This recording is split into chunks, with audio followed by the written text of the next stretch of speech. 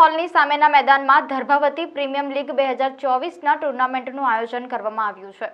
ડભોઈ વિધાનસભાના તમામ ગામોને આવરી લેવામાં આવ્યા છે।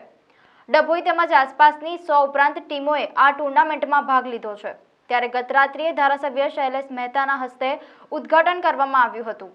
રાષ્ટ્રગાન કરી મેચની શરૂઆત કરવામાં આવી અને યુવાનોનો ઉત્સાહ વધારવા તેઓ જાતે પણ ક્રિકેટ રમ્યા હતા।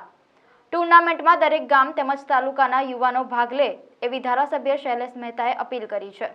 આ પ્રસંગે જિલ્લા મહામંત્રી ડોક્ટર બીજે બ્રહ્મભટ્ટ, ડભોઈ નગરપાલિકા પ્રમુખ બીરેન શાહ, કારોબારી ચેરમેન તેજલબેન સોની સાથે ટુર્નામેન્ટના આયોજકો ખાસ ઉપસ્થિત રહ્યા હતા। ધર્ભાવતી પ્રીમિયમ લીગની શરૂઆત ડભોઈ નગર ખાતે કરવામાં આવી છે। મોટી સંખ્યામાં 200 જેટલી ટીમો આ ટુર્નામેન્ટમાં ભાગ લેશે। અત્યારે ડભોઈ તાલુકામાં પણ મંડાળા અને કુવાવી ખાતે ટુર્નામેન્ટો ચાલી રહી છે। યુવાનોમાં ખેલદિલીની ભાવના ઊભી થાય, યુવાનો શારીરિક રીતે સક્ષમ બને, કારણ કે અત્યારના જમાનામાં વોટ્સઅપ પર મોબાઈલ, કોમ્પ્યુટર, લેપટોપ આની પર જ રમતો રમાતી હોય છે। ત્યારે મેદાની રમતો મારફત જ યુવાનો ખડતલ બની શકે, શારીરિક રીતે સ્વસ્થ બની શકે, એના માટે પણ આ બધી રમતોના આયોજનો થવા જરૂરી છે।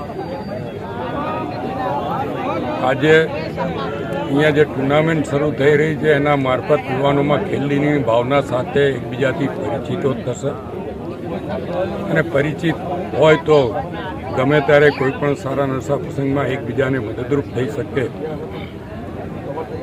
એ શુભ આશયથી આ ટુર્નામેન્ટનું આયોજન કરવામાં આવ્યું છે। હું ધર્ભાવતી પ્રીમિયર લીગના આયોજકોને અભિનંદન આપું છું, શુભેચ્છા પાઠવું છું। સાથે સાથે જ આ ટુર્નામેન્ટનો એક આગવું એ રીતે છે કે આ ટુર્નામેન્ટનું આયોજન ધર્ભાવતી નગરીના હિન્દુ યુવાનોએ કરી છે અને એને સ્પોન્સર મુસ્લિમ આગેવાનો દ્વારા કરવામાં આવ્યું છે। એટલે આ એક ખૂબ પ્રશંસનીય કામ છે અને હું આયોજકોને પણ અભિનંદન આપું અને આને સ્પોન્સર કરનારને પણ અભિનંદન આપું છું। આ ટુર્નામેન્ટ નિર્વિઘ્ને પૂરી થાય અને જે કોઈ ટીમો આમાં ભાગ લેનારી છે તમામને શુભેચ્છા આપું છું। જીત હાર તો રમતમાં થતી જ રહે છે, એક જણ જીતે છે, બીજા એમાંથી શીખવાનું હોય છે। જે કંઈ આપણી ત્રુટિઓ રમતમાં રહી ગઈ હોય એ બીજી વાર સુધારીને એ રમતમાં ફરી ઉતરવાનું હોય છે જીતવા માટે। પણ હારી જઈએ એટલે રમત પૂરી નથી થતી, એમાંથી કંઈક શીખીને આગળ વધવાનું હોય છે। એટલે જેટલા આમાં ભાગ લે તમામને ખેલદિલીપૂર્વક આ રમત રમે અને જીતવાનો સંપૂર્ણ પ્રયત્ન કરે અને ના જીતી શકે તો એમાંથી કંઈક શીખીને જાય એવી શુભેચ્છા આપું।